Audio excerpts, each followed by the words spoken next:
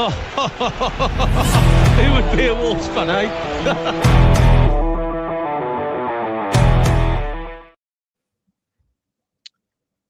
Good evening, good afternoon, whatever streamers say. Welcome to the stream. Welcome to the Wolves Fancast tonight. We are a ragtag bunch that have been thrown together to talk to you about the Arsenal review and the Palace preview. And of course, as always, we are brought to you by the Sports Social Podcast Network and FC Quiz.app and the Boston Coffee and Vending Company. Joining me tonight, I'm hosting. I'm Ed. We've got George, we've got Danny, and we've got Jay. And of course, we are initially here to talk about Wednesday night's game against Arsenal, where we have lovingly caused some kind of ripple in the title race. George, what was your thoughts when we drew 2-2? What was your feelings at the end of the game? Well, I'm going to be honest. That first half was absolutely dreadful, wasn't it? Like, couldn't put passes together. Arsenal had so much of the ball. I wanted to leave. I'm glad I didn't leave. I think a lot of people did leave, but I always try not to leave because I always think anything could happen. Obviously, second half, we are playing a lot better. And I will say this, Rob Edwards, he got the team wrong. I know we'll go on to this, but, I said it in my review on TikTok. He got it wrong, but then he got it right. So you got to give him credit for that. But, yeah, first off, shambolic. I know it's Arsenal. I know they're a good team, and obviously it was bound to happen. But, yeah, they were completely all over us. Obviously, the early goal, and you're thinking, in that away game, obviously it was so close all the way through. Was it 60 minutes we left it till they scored in the away game? So you're thinking, try and hold them out as long as possible. But no, obviously the early goal goes in. Obviously you're thinking from that moment, right, game over from 5 minutes in. Obviously second half, make a few changes. So Jackson comes off, he's playing awfully. And Hugo Bueno scores an incredible goal. I didn't know he had that in him. So fair play to him. Great goal. Edozie comes on, misplaces free passes. You're thinking, what the hell's he doing on? I turned around to my dad and said, I bet he'll score, Strikes it, and just ecstasy. We haven't had much to cheer about this season. And I'm going to be honest, before this game, I wouldn't have minded seeing a new Premier League winner. But all that time wasting, Arteta, embarrassing football club. So I was very, very happy that we got the draw. Yeah, no, definitely. And similar for me, just very quickly before I move on to you, Danny, that my lad, I go with he's now 11. And at 59 minutes, he was cold and fed up. And he looked at me and said, I know it's half term and I wanted to stay up late, but can we go? And I was putting things back in the bag, putting the programme away when Hugo Bueno got that ball on the edge of the area. And the rest, as they say, is history. In terms of us staying till the whole time, and then there was a debacle getting out of a car park later on, so we didn't get back till after midnight. But it all seemed worth it. But Danny, your thoughts on the game in general? Yeah, well, for my time zone, I was thinking about getting dinner started at that point that we actually scored. No, I mean, just what George said, the first half, less said about that, the better. It's just, it's what we've seen for most of this season, just unable to really lay a glove on an opponent, and against such a strong opponent, just, not able to even get out of our own half for long periods. I do wonder about Angel Gomez's back and how much it was affecting him. But I think I have to agree with George that the original 11 just wasn't working. At least Tolu gave us something to hold the ball up with. But that's the story of the whole season. The defense is under such pressure for such long periods. They're going to make mistakes. And honestly, for that first goal, how much can you really blame when we have, one of our creative attacking players in Mane losing Saka, one of the best wingers in the league. And just, I mean, he should do better, but also he shouldn't have to do better. We should be able to relieve the pressure in other ways. Yeah, definitely. And I think, Jay, we'll move on quite nicely, I think, to the starting 11. I think George and Danny have talked about the starting 11 maybe didn't look like you thought it was going to look. That starting 11, it was a very short team against one of the biggest teams in the Premier League and a team that are set piece dominant. What was your thoughts on the opening starting 11? Yeah, it was a bit of a surprise, wasn't it? I mean, you say that with shortest team, but they're probably their shortest player ducked to score a header in the first 4 minutes. So, that kind of sums up our season. I think Tolu, he's not lighting, he's not pulling up any trees this season, but he's definitely a focal point that we need in the side, I think. And then Bellegarde was kind of floating, wasn't he? And then the one thing for me, Angel, I mean, I know he's gone off with an injury, but that first game against Chelsea, he looked like, we've got a top midfielder here. And everybody was saying in the review show after that game that, he's in the shop window, we'll be going in the summer. But every game he's looked worse, in my opinion. Every game that's gone on, he's looked worse. He kept giving the ball away. He was putting us under unnecessary pressure. I don't want to write him off yet because it's still early days, but that was the main thing. My main takeaway from that first half was just putting ourselves under so much pressure needlessly. Sometimes you've got to get rid of it, but I suppose because Tolu wasn't starting, you haven't really got that option to go long and nobody to play off. Even if he doesn't win the ball, he still causes problems, doesn't he? But when you've only got Armstrong up there, you've kind of got no choice but to play out from the back, and we just played right into Arsenal's hands. Yeah, I must admit that I was pulling my hair out in that first sort of 10, 15 minutes when we couldn't get rid of the ball. We had no one to get it up to, and it just seemed like we were shooting ourselves in the foot with the way that Rob had set us up. And I think maybe that Angel Gomez substitution, although forced his hand. And I think, as you said, George, that change to Tolu, as much as I blamed him for not picking the right team, he was brave, wasn't he, mate, to bring on the massive Nigerian up front and give us a focal point. That seemed like he was righting the wrongs of his first team. What's your thoughts? Yeah, I mean, obviously, he knew straight away he got it wrong, because if he was going to be stubborn and kind of go with that right away, then he would have just done a straight swap Gomez for Angel. But I don't know what's going on with Joe Gomez. I mean, in a game like that, you think, especially like right at the end when it's 2-2, you think, bring him on, hold out the game. So I don't know what's going on with him. Was he injured? Was it a case of he's making up numbers on the bench? I don't know. Obviously, there wasn't many options to bring on. But yeah, obviously, totally, he gives you that focal point. I mean, I'm going to be honest. To play Armstrong against Gabriel and Saliba is just tactically, it's so naive. And I think Rob's done a decent job. I think he's improved players. I think he's got players kind of a bit more motivated, playing for the badge a bit more. But some of his team selections are really, really shocking. But yeah, look, Tolu, he's not the best. He's very poor on the ball. He can't really pass. He can't really dribble. However, what you will say is a focal point. And for 80 minutes, he wasn't great. But for that last 10 minutes, especially when that last few minutes where, let's be honest, in the away game, we didn't hold on. We held on because Tolu kept the ball up the pitch. So you need a focal point, really. And especially when Andre is obviously small. You got Hugo Bueno, he's small. Angel was small starting. Mane as well. You need some big players in the team. And all of a sudden, we've lost. Totti's not been playing. Agbadu's not been playing. Obviously, we lost Manetzi. Yes, these weren't players that were playing well. We've gone from quite a big team to quite a small team. Against a team like Arsenal, you've got to have, big, strong players in there. So, yeah, it's definitely the right decision to bring on. Should have started.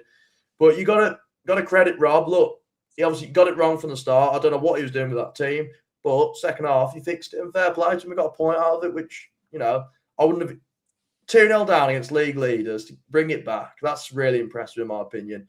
Obviously, I would argue Arsenal probably gave it to us more than we won it, because I don't think we're that good. And I think if you don't play that well against a team like Arsenal, how does that work? How do you can't have a point? So, yeah, I think they bottled it more than anything, but you got to give the boys credit where it's due. Yeah, I'm not convinced Rob rates Tolu. It's not the first time he's dropped him kind of needlessly and played without a striker. Maybe the lack of pressing, because he doesn't get himself about, does he? But in my bit, I don't think every chance he gets to bring him out the side, he takes it. Even when Strand Larsen was here and Tolu was playing well in the little bits he was playing. And his first opportunity, he's out the team and Strand Larsen was back in. I think I wouldn't be surprised if he'd looking to replace him in the summer. About to say that, Man City away, obviously, famously started Hwang up front. We all know Larsen's leaving at that point. There's rumours flying left, right, and centre. he brings on Larson over Tolu. I mean, Larson is a better player technically, but Larson didn't want to be there. Tolu at least fights the badge, and the situation we're in at the minute, that's the least you can expect. Yeah, definitely. And we talked about starting the first half not great, but Danny, we also then started the second half not that great either with this elongated VAR check from I sit in the sort of the family stand, so towards the North Bank, the lower Billy Wright, and this is right in front of us, and he looked way more onside than this is showing, by the way. But it felt like at this point, I'm believing all the conspiracy theories that are flying through my head.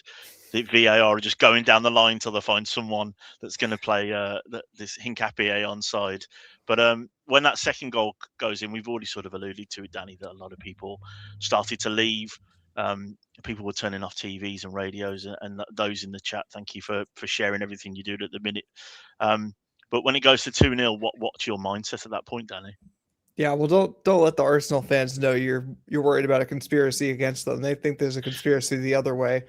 I still see, even after this game, them bring up the 2 yellow cards in the space of a minute for Martinelli, which is one of the few times that that Anthony Taylor has gotten something right. But yeah, it was that felt like the end. I mean, just again, not able to really lay a glove on an opponent, and like George was saying, you have to credit the boys for fighting back from that point, because I think we've seen it all before. It's not like an egregious fault on Hugo Bueno to play him onside, but it's the kind of mistake that has characterized this entire season, where we just switch off for a split second, and some player who's never scored in an Arsenal shirt before gets to get on the board. Saka hadn't scored in several games before then too. It's just, it's all written before. And so sets up the semi comeback nicely at that point. Yeah, definitely. And Jay, at 2-0, we've all talked about whether we wanted to leave or not. It was cold, it was miserable. Where was your head at that point? I was tempted, but I never leave early. Very, very rarely anyway. But yeah, I stopped till the end. We always do. And yeah, paid off, didn't it? The one thing about that VAR check, I don't know why it took so long. He's well off. It felt like in the ground it took ages. I even put in the group chat, why did that take so long? I don't understand. When you see it back, because they do show you a little bit, don't they, on the screen very briefly. And you're thinking, well, why is it controversial? Especially like the semi-automated offsides. It should be like done before the ref's even got his flag up. They should be able to tell you whether he's onside or offside. I want to let Armstrong off a little bit, but he lets him go, doesn't he? Maybe that a little bit biased and saying Chachua probably could have tucked in and covered that space, and Armstrong being a centre forward, probably it's not really in his mind to follow the left back all the way into the box. But he probably should be following him really there. Maybe I'm being a little bit kind to him and down on Chachua for obvious reasons.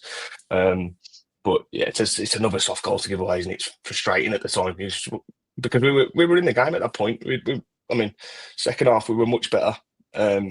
Bellegarde dropped into midfield, changed it around, didn't he? Pushed Mane up a bit.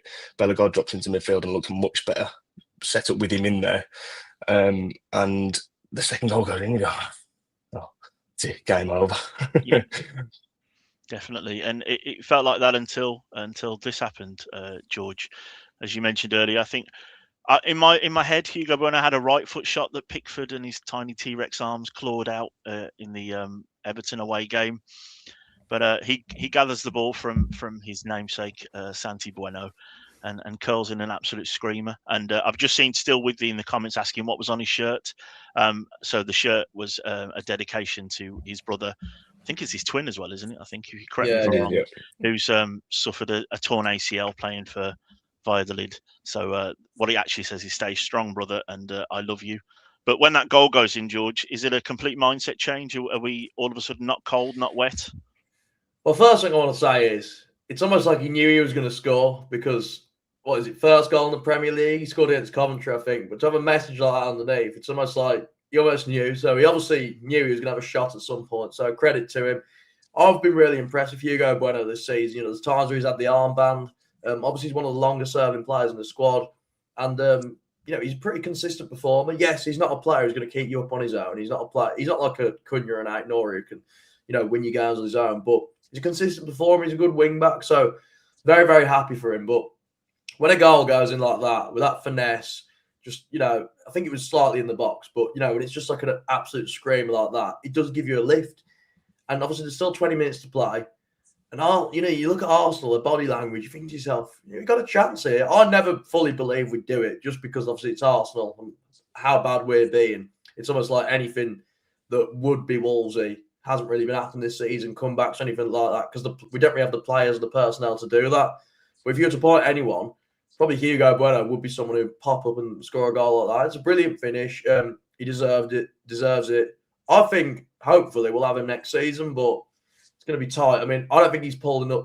I think a lot of people say, we're going to lose most of our players. You got to remember, half of these players have been crap this season. So will anyone want them? I don't know. So we might end up keeping the good ones. We might still have some of the bad ones. But we might actually keep players like Hugo Bueno and Rodrigo Gomez. So, yeah, he's probably my favourite player. He was brilliant against Newcastle earlier in the year. And, yeah, I just think fair play to the lad. Look, he always gives it his best. He's been an ever-present, really. And what a goal. Fair play to him. Yeah, no, definitely. And I think either he's worn that shirt for a few weeks and his brother hurt himself a few weeks ago, or like you say, George, he was definitely wanting to take that shot on.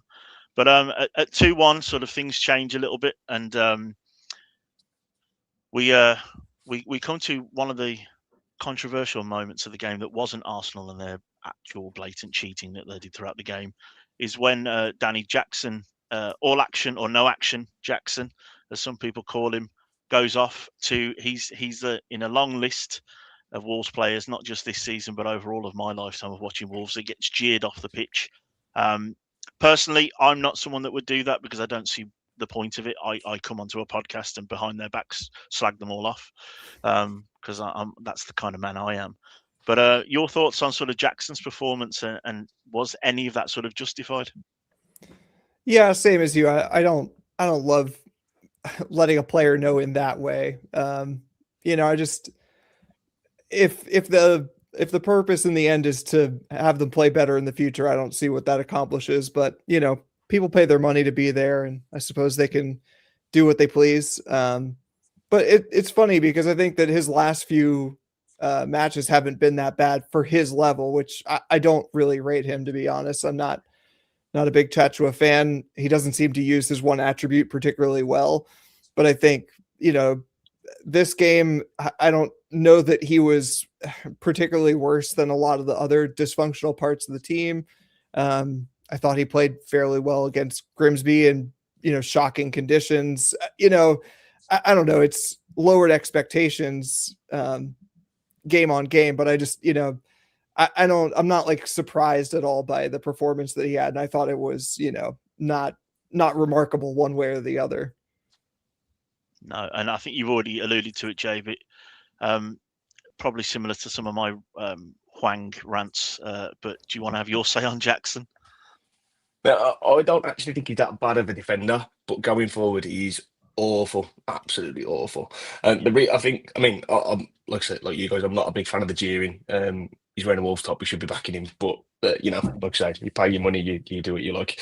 But I think the main reason he got jeered is there was 2 or 3 opportunities down that right hand side when he could have picked a decent pass out and just didn't. Obviously, when he probably lifting the ball when he shouldn't have been lifting the ball, playing it across the floor when he should have been lifting it. It's just his decision making is horrendous, and he's a half decent defender who can sprint. That's the only reason he's made it into the Premier League. And realistically, probably wouldn't, if Wolves weren't so bad at recruiting, he wouldn't have even made it to the Premier League. So yeah, I was for him starting a little bit past few months. I was like, give him a chance, but it's Rodrigo's shirt for me now. I don't even see Rodrigo as a wing back, but he's still got to play there because he's the best of a bad bunch in that position, in my opinion. Even Lima, like you could even give Lima a go. You know, he can't do much worse, can he, going forward? He's got good crossing, Lima. He's got a good cross on him. I have a little theory about Pedro Lima. I think we might see him once we get past that derby points. I think at that point we won't be. We'll still be a laughing stock in terms of we're still one of the worst teams ever played in the Premier League and the worst points. But I think once we get past that sort of that millstone around our neck that's gone, we might actually see some of these players like we'll talk about Edozie. We've had Mane thrust into it. I think we might see a Pedro Lima and a Rawlins that's always on the bench. But I think they might get some actual time because at that point we've at least got that monkey off our back, haven't we? That we're not going to be the worst team ever in the Premier League. So I think that's in the waiting. But yeah, he always looks like when he comes off the bench, he always looks like he takes ages to get into the game, and then you think, oh, he's not actually that good. But actually, well, he hasn't started under Rob, but before he went out on loan, he started a few games in the last season, and every time I saw him, I was really impressed. I remember, I think it was Nathan Judah on the Express and Star podcast raving about him when he was watching him in training and in pre-season, and then seeing him in the old cup game, and you go, this lad's the real deal. He's going to be a good footballer. I don't quite understand why he didn't work on loan for him. No idea why. I don't know the ins and outs of Portuguese football, but I fully expected him to go there and make his way into the first team. But I think Dean mentioned they've got 2 or 3 right backs that are, levels above him and good players. So maybe he was blocked and it was the wrong move. Shock. We've already talked on recruitment, and obviously, just touching on George's point, Hugo Bueno could very well be playing Championship football next year, despite the fact that last year he was playing Champions League football. I think genuinely there probably aren't many more clubs in the world that would be able to do that, like Wolverhampton Wanderers. But Danny, I'll come to you. The game sort of changes at this point when the lad with the number 74 on his back comes off the bench.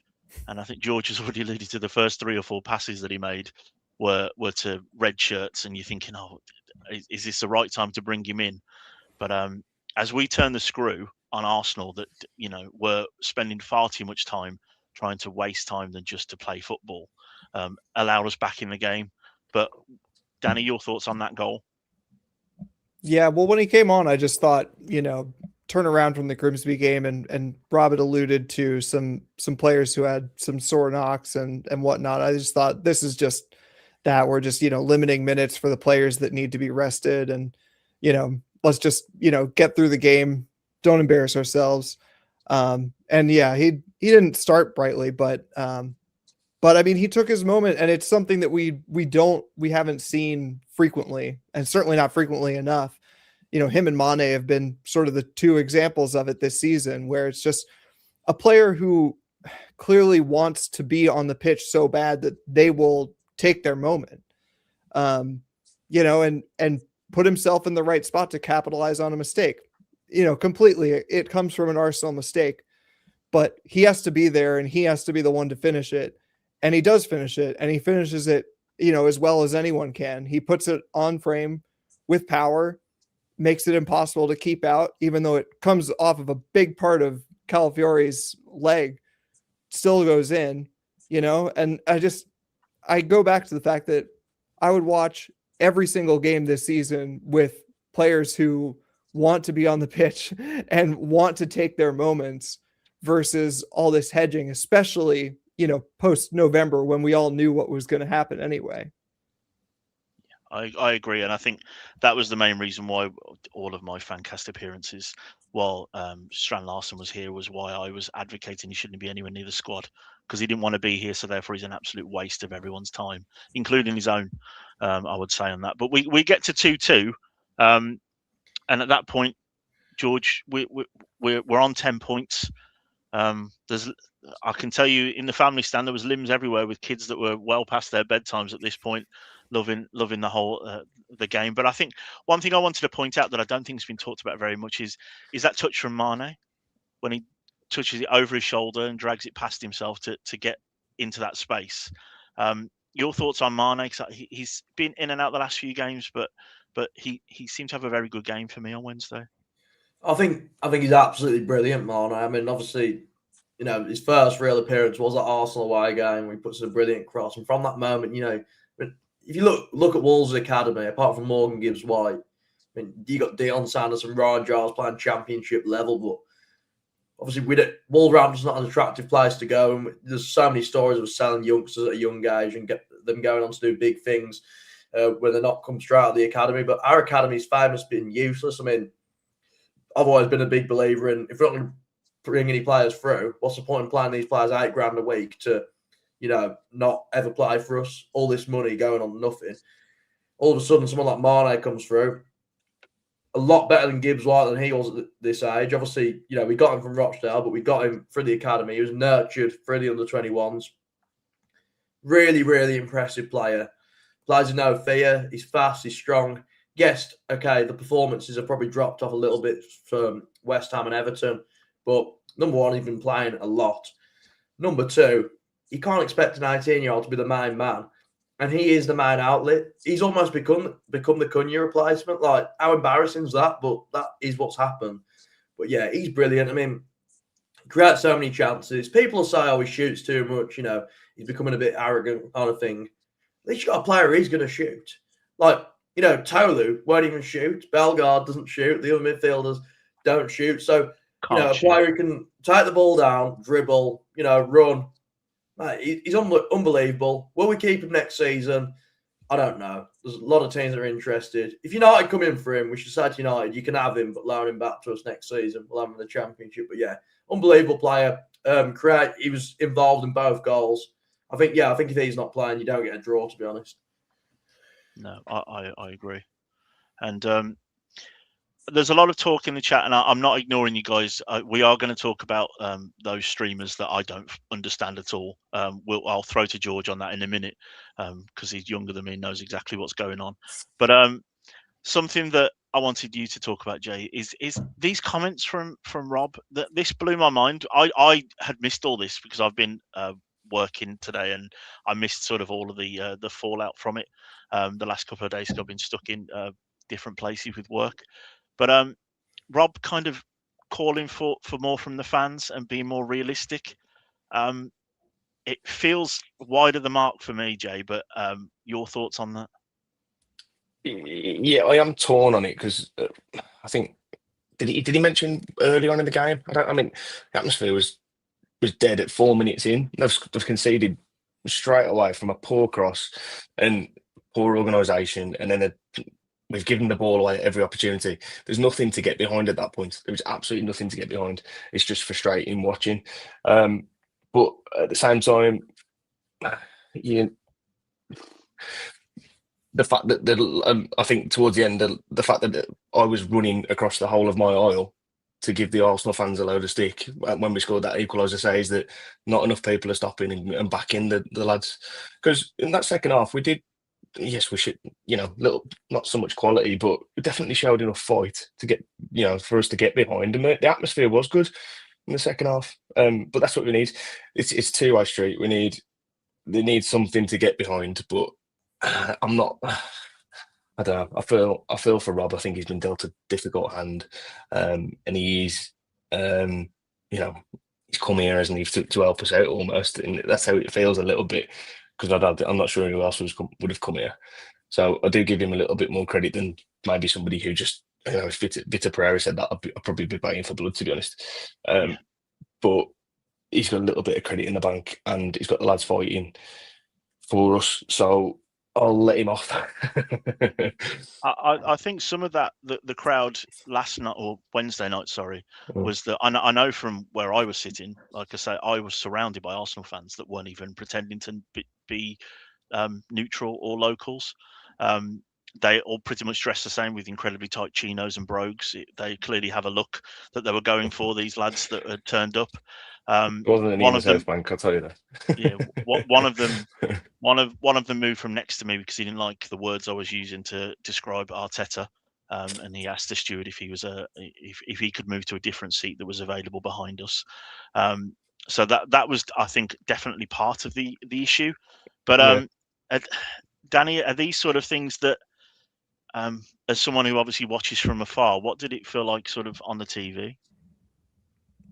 I mean, again, somewhat unremarkable, but it's not. It's completely to be expected because we all know, whether you're at Molineux or not, the frustration that we've all felt through all these games. And whether you're playing Arsenal or you're playing Burnley, seeing just such an impotent performance just takes a toll on you. And I think there's probably been a bit of an overreaction to Rob Edwards' comments, because I know that he has to sort of stick up for the squad, the team that he puts out and that goes out and performs, and it doesn't help him to have his players get booed while they're playing or when they get taken off or whatever. But also, I don't know, I can't help but think, like, the fans are the ones in the trenches, and they're the ones who are going to be in the trenches when Chachua or Tolu or whoever else leaves, or Mane's agents get him to go, or if Rob gets sacked. The fans are still going to be the ones in the trenches, and they've been there for at least a couple of years. And if we're talking about the slow decline and the raising of ticket prices, then more than that.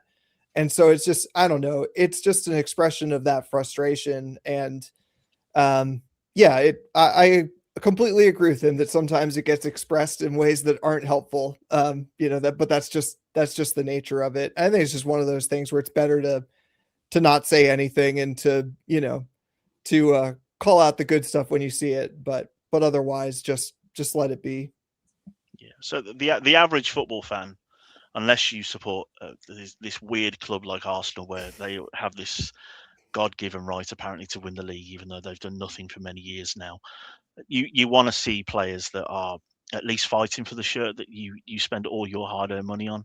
I'm a sucker for it. I see a millionaire footballer do this to me, and I'm up off my seat screaming, going, actually, why am I the one doing this? They should be doing this so I get up off my seat.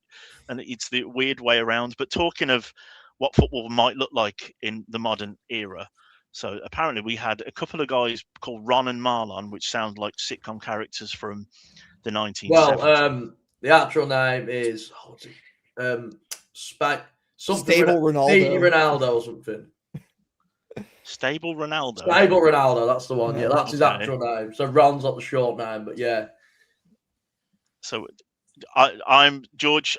As a TikToker and as a much younger man than me, I pass this over to you because Ron and Marlon, to me, sound like I said off stage, sound like they should be mates of my dad from down the pub in the 1980s.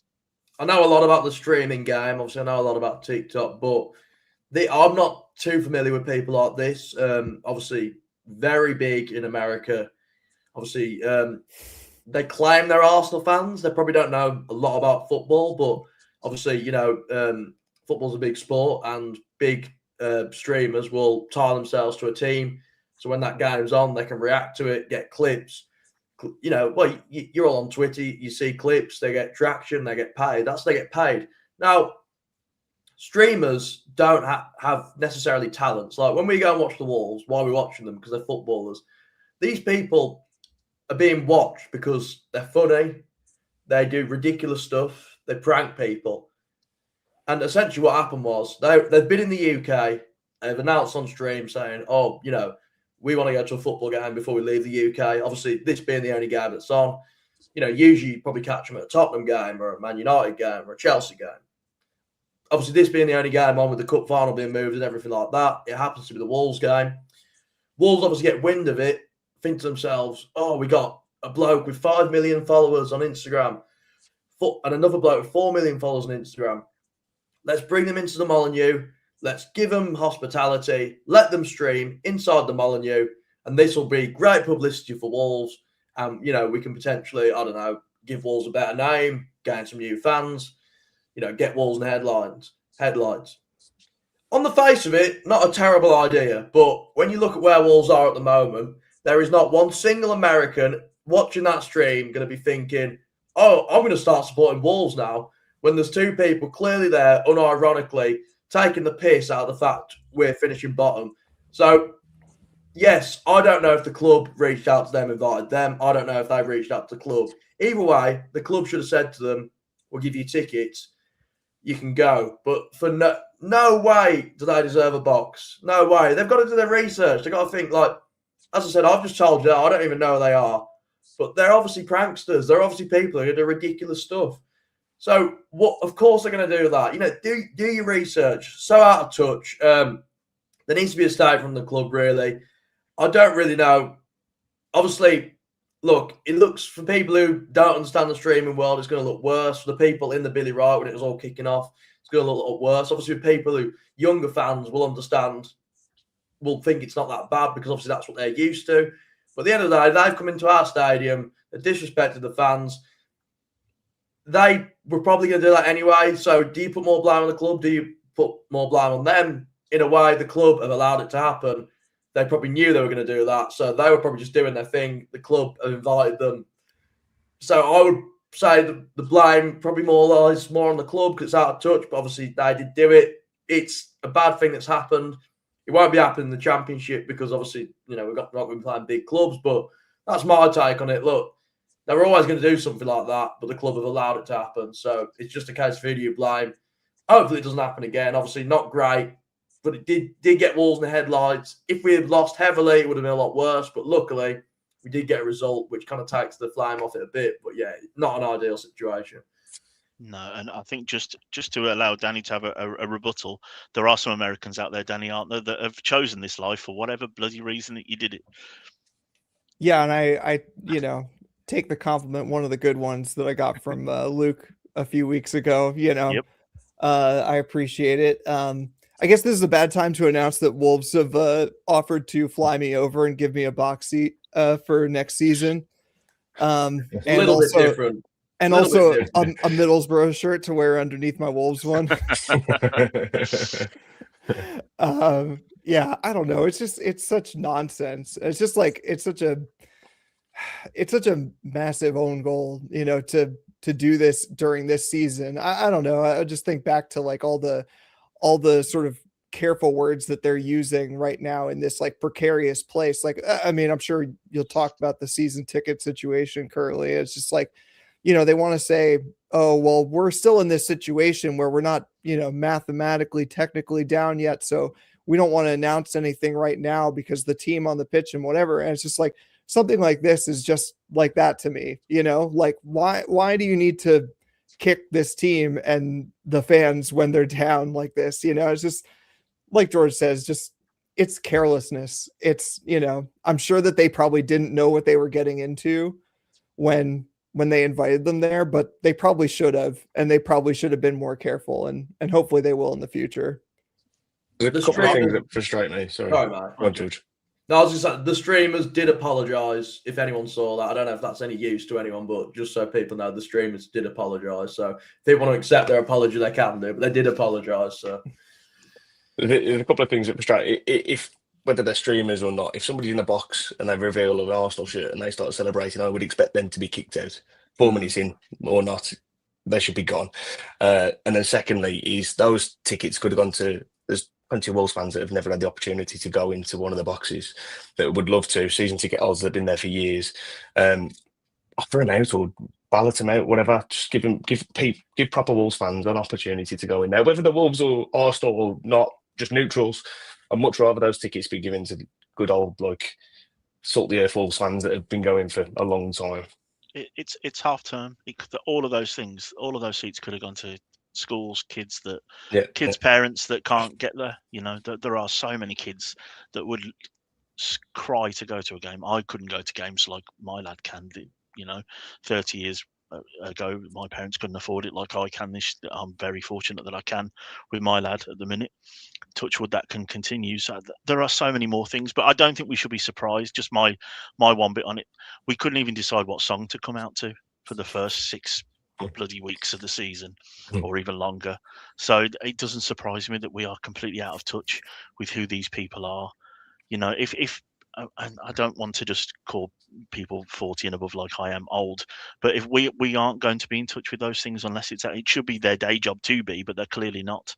And there are so many own goals that we're missing at the minute in terms of things that we could do to promote this club locally and at the same time do it globally, but we know that they're just clearly not capable right now, are they? And it just smacks of another war sort of jumping on an idea that's probably 3 or 4 months too late, and it wasn't the right time. And obviously their behaviour is it seems complete nutty from the bits and pieces I've seen in group chats. they're obviously they're not very intelligent or classy individuals, are they? So I think we can probably leave that there with Ron and whatever Weasley or whatever the other bloke's name is. It's got a lovely jawline, the other guy, but I don't know his name and I've forgotten it already. So that's all that they deserve. And I don't think they'll be coming back, so that's one thing I'll say. I did wonder what they thought of Wolverhampton, which has seen better days anyway, but in recent years has definitely declined. So I would be interested to know what they thought as people coming in. But just to address some of the other things as well, I'm not going to talk about and not bring up the Arsenal's time wasting, because I think that would waste everyone else's time, and I think they did enough of that on Wednesday. So if we can just all be thankful that they're probably going to bottle the league. They completely and utterly dropped the ball against us, and they're going to continue to. And it couldn't happen to a better fan base. They can't beat us, then how are they going to beat Man City at the Etihad? Yeah, and I hope they bottle it in Wembley in a few weeks' time as well, because I think that was one of the most despicable performances I've ever seen, especially from a team that is supposed to be better than us. Right, so moving on to the Palace game at the weekend. So we'll look at some of the weekend's fixtures. We'll touch on the Palace, the game, and obviously JSL returning. But we've got the weekend fixtures here. We'll go around and do what we normally do. So, Danny, I'll start with you. You find some kind of money, $1 in your pocket, and you want to throw it on a game or something to happen. What's your banker for the weekend? Well, I'll leave the Strand Larson to score against Wolves for discussion of predictions. But I think the banker, I can't look past Chelsea versus Burnley. I just think, I haven't seen anything that says that Burnley are going to be able to do anything. That one just feels simple to me. For something a little more exotic, taking your last comments in mind, I don't know. There is just a small part of me that thinks that that as dire as Spurs have been, the chance to have one good performance this season have a huge amount of meaning. I would be very interested in putting money on that just to see what happens. Yeah, with the new manager Igor Tudor that I remember from the 90s as an absolute psychopathic centre back, he might be able to drum up some kind of fight against Arsenal and put another dent. But obviously, Jay, we've also got Little Dan has always done amazing work with the deck. But JSL to score any times, but Wolves to win is currently 28-1 with Bet365. Now, this all comes with that caveat of don't bet unless you can afford to lose the money, and don't be stupid. But if anyone does want to throw a pound on that, that wouldn't be a bad result for us. But Jay, what's your thoughts of the weekend? Who are you looking at? So, in terms of what you're going to throw a bet on as a banker, I'd like to say that Liverpool will beat Forest. I'm not sure 100% sure on that, but I'm willing it because it's VP's first game, isn't it? And first league game with Forest. So hopefully Liverpool do them over and really put them to the sword. Villa Leeds is always a spicy one. Thinking back to when they were both in the Championship, they hate each other. Villa and Leeds do, so that should be a nice little juicy fixture. The one Jurgen Strand Larson, we'll come back to it, I suppose. But yeah, that's not bad odds. That it's got me tempted. It's got me tempted. I can't lie. Yeah, and George, is there anything else there that you're looking forward to watching other than the Wolves game? Yeah, you mentioned the Villa Leeds. Obviously, it is a 3:00, but I think Villa towards the end. We've seen them bottle sort of league positions at times. Maybe a draw at Leeds, and then sets things up nicely for Friday. So yeah, I think Leeds are playing really well. Very hard to beat. I'm surprised they are so low down because they don't seem to ever lose lately. So yeah, I'm going to back Leeds to get something against Villa. I think, but Villa aren't playing as well at the moment. See a few injuries as well. Yeah, I could see that. Definitely see that. Of course, Brentford Brighton, obviously a thrilling fixture. No, yeah, it's a decent game. To be fair, obviously North London derby. You'd expect Arsenal to win the way Spurs are playing, even with the new manager. Spurs are that bad, and with Arsenal dropping points in the last two games, I expect them to win that. But yeah, nothing really crazy, I don't think. No, and I randomly have a few people that are Palace fans that I'm in a group chat with who are convinced that we are going to beat them at the weekend. But Danny, obviously Palace, they're falling by the wayside a little bit. They scream to me of like Wolves from the end of Nuno's era, where they're having players plucked off them left, right, and centre, and they're not replacing them. What's your thoughts on the Palace game? Do you think we've got a chance to better that Derby 11 points this weekend? I'm never confident of going to Selhurst Park, but yeah, I don't know. They're in such a weird place right now. Their European game, just the fans were not happy. They're in, like you said, there's such a weird place with their players getting plucked out. Glasner's not going to re-sign. I think, a lot of fans are sort of sitting there wondering, well, why are we even waiting at this point? Results have started to turn. This guy's not going to be here. Why aren't we replacing him already? They could end up with a caretaker manager. Who knows? But it's just like a very awkward situation. So to answer your question more succinctly, I'd never feel confident playing Palace away. But this does feel like one where, let's just say, Wolves could get a result and no one would remember the game 2 weeks from now. Yeah. George, you think we've got a chance on Sunday? I don't think we'll win. I think we could definitely get a draw. I look back at the United game earlier in the season, the away game, and obviously Cunha playing had a bit of a stink at the top. Tackles are flying in.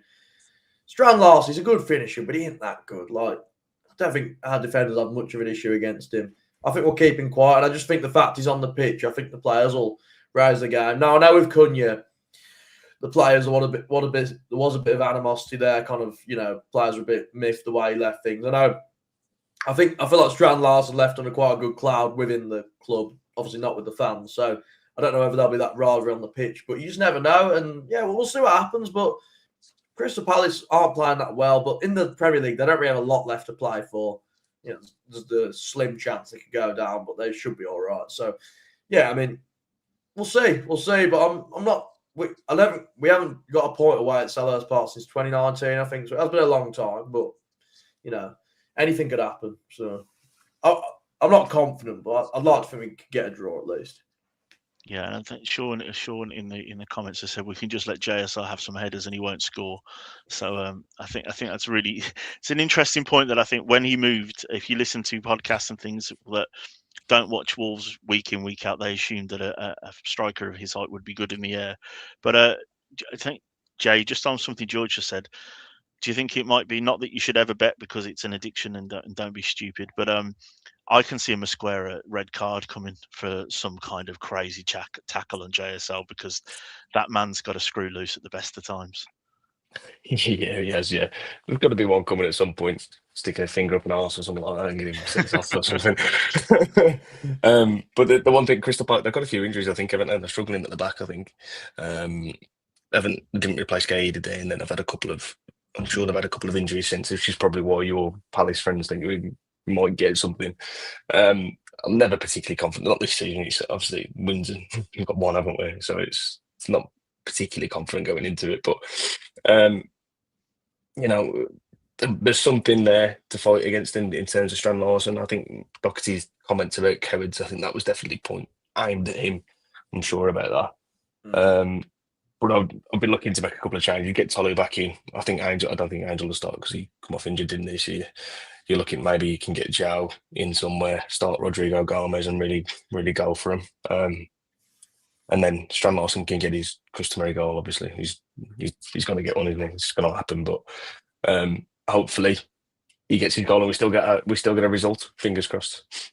Yep, definitely. And I think on that, I think Palace, I think, have been playing sort of a very young centre back at right back, I think, in the last few games as well. So that's another feather in the cap for maybe Hugo Bueno to do what he's been doing the last few games. But I agree. Danny, other than Tolu coming in, is there any other changes you could think of making? Yeah, I don't know. Maybe I could see Rodrigo Gomez potentially starting over Jackson Chachua.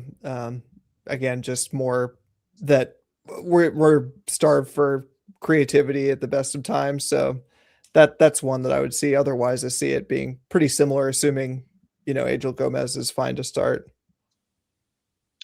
Yep. So as always, we'll finish off with I'll pin you all down to a prediction.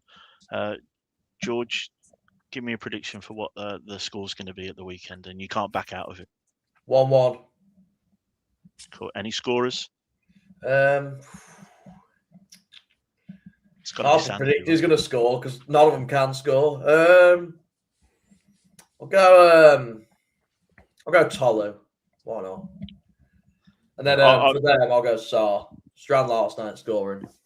No, I don't think he will either. I also was going to go 1-1, but I still think that my new man crushing Santiago Bueno is going to get our goal. So we'll talk about him. He can't score again, can he? Of course he can. Not again. Why not? Why not? How about you, Jay? What's your prediction? Yeah, I'm going to back you guys to say 1-1. Adam Armstrong get his first goal, and Strand Larson probably get his third when for Palace. So, yeah. Danny, take us home. What's your prediction? Ed, you stole mine. 1-1, Strand Larson, Santi Bueno. Ask Dan to find the odds on Santi Bueno ending the season top goal scorer. Before the season, it's probably something like the Leicester 500 to 1, I'd imagine. But isn't it crazy that 2 years ago he was seen as like our worst centre back? Like, oh God, why is he playing? And now I think he's got to win Player of the Season, hasn't he? Him or Krejci, surely, or maybe Mane. But yeah, one of them two.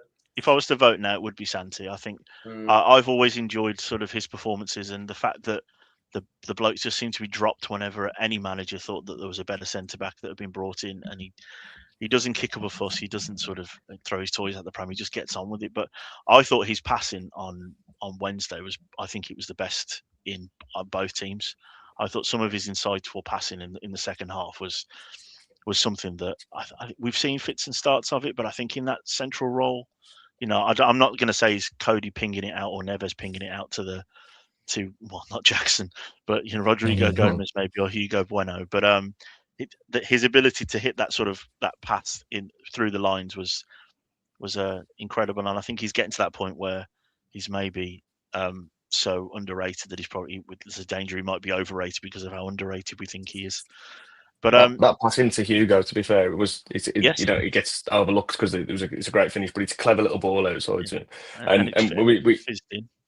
Yeah, but we look. I mean, not so much recent years, but look, back in the day, we loved voting for a bit of an underdog for the Player of the Season, didn't we? I remember Stearman getting it once. I think when he was, he wasn't great, but he was better. So we loved Foley as well. I think. Yeah, yes, we loved it. We tend over the years. Well, we all purposely didn't give it Cunha last year, so that as well. Anybody but. But before we say goodbye and thank you for everyone for joining us, George, you want to shout out your TikTok, mate? Where can people find more of your content? I've been doing. Obviously, if you don't know, I am on YouTube. For those who don't know, I'm mainly big on TikTok, but I've started YouTube, so it is literally just George Horton. There we go. It is literally just George Horton on YouTube. TikTok's the same. Instagram's the same. So yeah, if you want to check me out, I just do like short form content. It's going all right. I make a little bit of money talking about Wolves, so it's not too bad. No, it's better than the rest of us, mate, so don't worry. Yeah, exactly. So you've got to make yourself look like a bit of a prat at the same time, so it swings and roundabouts. You take the hit to the key. So, get any box seats off of Crystal Palace? Yeah, I was going to say, we're going to see you at Palace with a Wolves shirt underneath the Crystal Palace shirt and mocking some people screaming. Unfortunately, I'm not going this weekend, but I'm open to the rest of the game. See if you can get a seat in one of the boxes, mate.